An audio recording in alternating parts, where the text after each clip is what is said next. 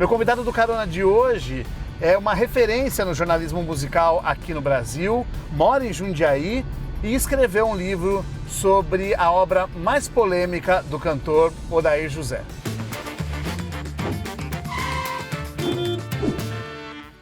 Léo Vinhas, bem-vindo!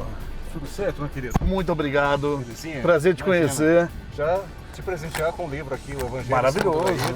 Daqui a pouco a gente vai falar sobre o livro, que é o Evangelho Segundo Odair. Segundo Odair. Antes eu preciso saber de algum lugar aqui de Jundiaí que você tem alguma memória, alguma história. Você não é de Jundiaí, né? Não, eu sou de Taubaté. Você tem uma vida meio nômade, né?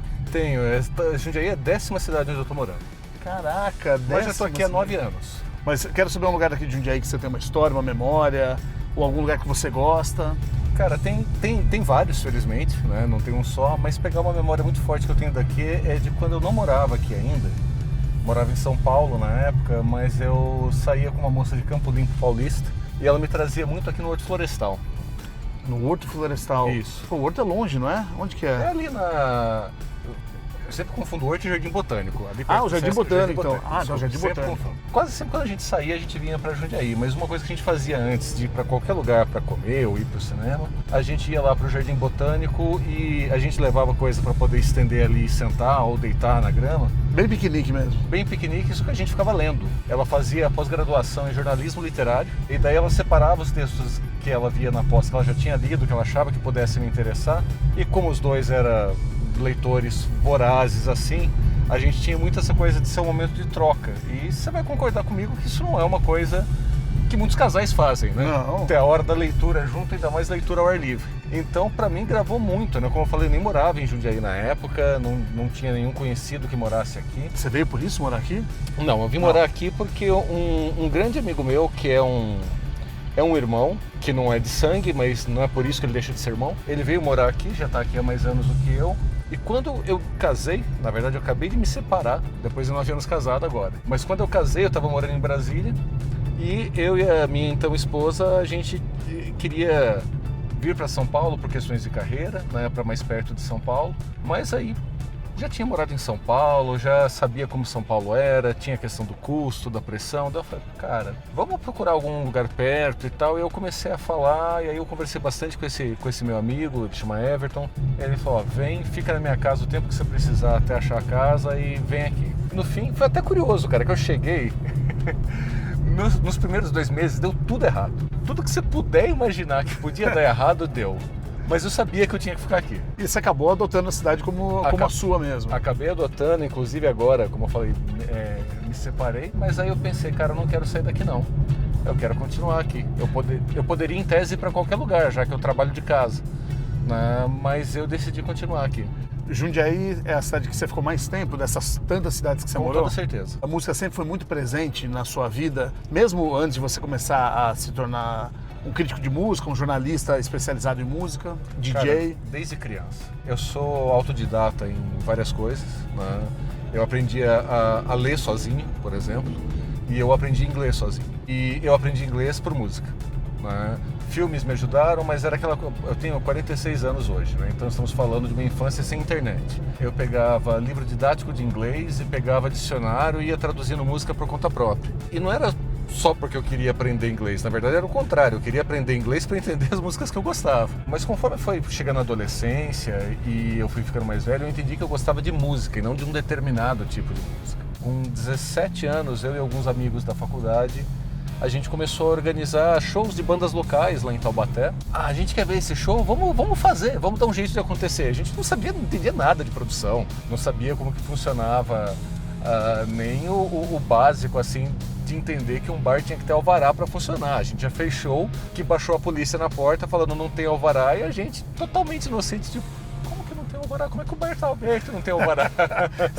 Você queria criar seu próprio festival, então, também, né? Exatamente, a gente queria fazer as coisas acontecerem. E a gente começou, nessa idade ainda, 17 anos, né, a fazer um fanzine, que é uma coisa que, para o pessoal que viveu a época do impresso, né, tá mais familiarizado, mas seria mais ou menos como um blog, só que em papel. Você fazia por conta própria e distribuía por aí. As coisas estavam acontecendo. Essa era uma época, estamos falando aí da segunda metade dos anos 90, 95, 96 para frente, essa era uma época que a produção cultural era muito intensa. E a gente sentia que a grande mídia, de maneira geral, não cobria tudo. Eles até falavam alguma coisa, mas a gente não tinha que esperar a mídia vir até a gente tinha que fazer. Nada disso, assim, foi uma coisa que eu pensei que era um plano. Eu vou fazer isso porque depois eu quero entrar no mercado da música. Eu era novo, meus amigos estavam na mesma pegada e a gente falou, cara, vamos fazer isso. Vamos fazer porque vai ser legal. Eu fui ter outros empregos a minha vida inteira, mas eu nunca deixei de trabalhar com a música. Que nem eu falo, a música é meu futebol, a música é minha droga, a música é minha religião, é tudo junto. A gente está passando pelo Sesc, que é onde você veio apresentar o seu livro junto com o Odair José também. E estamos passando em frente aqui, porque fica do lado, o Jardim Botânico. Isso. É um espaço lindo onde você fazia seu piquenique, o seu sarau, né? Meu sarau. Seu sarau romântico. Sarau romântico, um ótimo jeito de contextualizar. Bonito. E o Sesc também é um lugar bastante importante para mim, né? Todas as cidades por onde eu passo, inclusive como turista, se tem Sesc eu vou. Léo, vamos falar do livro O Evangelho segundo Odair. Eu tenho uma curiosidade muito grande de saber. O Odair José, ele já era esse cantor considerado brega na década de 70, 80? Ou isso foi algo que se tornou e foi imposto? Ele tem momentos diferentes nisso. Eu acho que, como muitas pessoas da minha idade, eu conheci a obra do Odair a partir de um disco chamado Vou Tirar Você Desse Lugar, que era um disco em homenagem ao Odair. Tinha vários artistas como Zé Cabaleiro, Pato Fu, Paulo Miklos gravando músicas do Odair, e eu achei aquilo sensacional. Eu tinha essa ideia de ser um cara do brega, né? Mas aí eu fui pesquisar, fui atrás, né? E vi que a coisa não era bem assim. Só que antes desse tributo existir, em 2002 foi lançado um livro chamado Eu Não Sou o Cachorro Não. Esse livro é do Paulo César de Araújo, um historiador, que ele se incomodava muito que nos livros que tratam da história da música brasileira, quando se falava dos anos 70, se falava sempre de Chico Buarque, Caetano, Gil, e não falava dos caras que realmente vendiam discos. Tem uma frase clássica, que é do André Midani, um dos mais famosos diretores de gravadora da história brasileira, que ele falou, nós precisamos do Odair José para bancar o Caetano. Porque o Caetano ele vendia 15 mil, 18 mil cópias de disco, 10 mil, e o Odair vendia 500, 600, 700 mil fácil. De certo modo, as elites não querem se relacionar com o que é popular. E o Odair era um cara muito popular e ele foi jogado nessa vala comum do brega, inclusive pelos próprios artistas, né? A Rita Lee chama ele de terror das empregadas domésticas na música Arrombou a Festa. Porque era isso, o Odair fazia música para empregada, fazia música para prostituta, fazia música para o cara que escondia revista pornográfica debaixo do colchão. Ele era um cronista da realidade. Nesse livro do Paulo César, ele fala desses artistas e ele mostra que esses artistas foram mais perseguidos pela ditadura que Gil, Caetano e vários outros. O Odair teve mais músicas censuradas que todos esses caras. Então o livro do Paulo César já coloca esses artistas numa outra visão, aí vem esse tributo que ele revitaliza o Odair. No meio disso começa a revalorização desse álbum que é o objeto do meu livro, O Filho de José e Maria, que é o disco dele que ele sempre falou, foi o disco que acabou com a minha carreira. Esse disco ele começou a ser redescoberto porque a história do disco é impressionante, né? Em plena ditadura militar, o cara faz uma ópera rock sobre um Jesus brasileiro sexualmente ambíguo e que usa drogas. Esse disco surge no meio da carreira dele? Surge quando ele está no auge. No auge da carreira? Ele está no auge da carreira, ele estava vendendo nessa faixa de 500, 600 mil discos. E aí ele começa a achar, né, ele lança um disco em 1976 chamado Histórias e Pensamentos. É um disco que teve sucessos, mas ele mesmo começa a pensar, eu tô batendo na fórmula, já tô ficando manjado, eu mesmo já tô achando que eu tô me repetindo. O público recebeu muito mal, o público não entendeu o disco, a crítica caiu de pau, assim, e ele começou a ter muita mídia negativa, porque na época, né, a Igreja Católica tinha ainda mais poder do que tinha hoje, e a Igreja Católica se escandalizou, com padres mandando boicotarem o disco. O Odair até ontem no Sesc ele contou que até quando ele ia abastecer o carro, o frentista falava com ele, pô, hein, que decepção, como é que você faz um disco desse, hein? Como é que você vai falar de Jesus desse jeito? O cara não tinha nem ouvido o disco.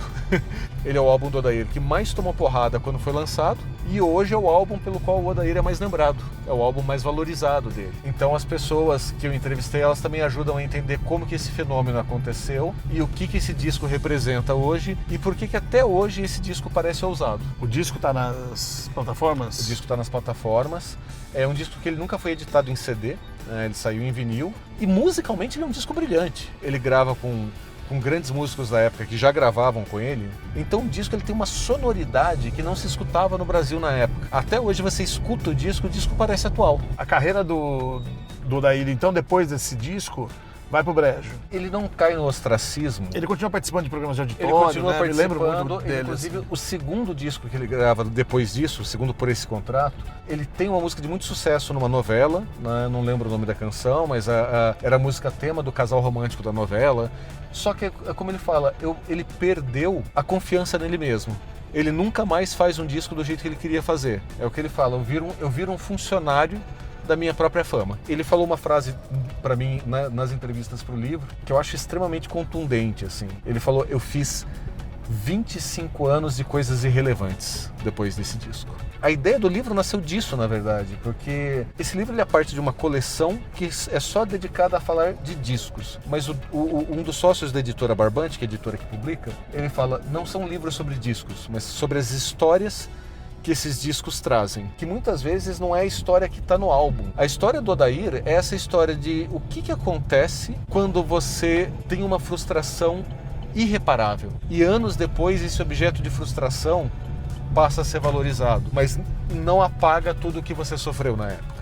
Léo, tá entregue. Eu agradeço a você, muito obrigado. Não é só esse livro que o Léo lançou, ele tem vários livros também. Esse é o 7º. Pesquisem, é super interessante. Eu ficaria, como eu disse, horas falando sobre eles, mas hoje era para falar sobre esse livro. Apitou já o nosso fim de carona. Léo, muitíssimo obrigado de verdade, valeu, muito sucesso para você. Muito obrigado, Márcio. Prazer enorme, cara. Prazer. Posso dar um abraço, cara? Com certeza. Valeu, obrigado.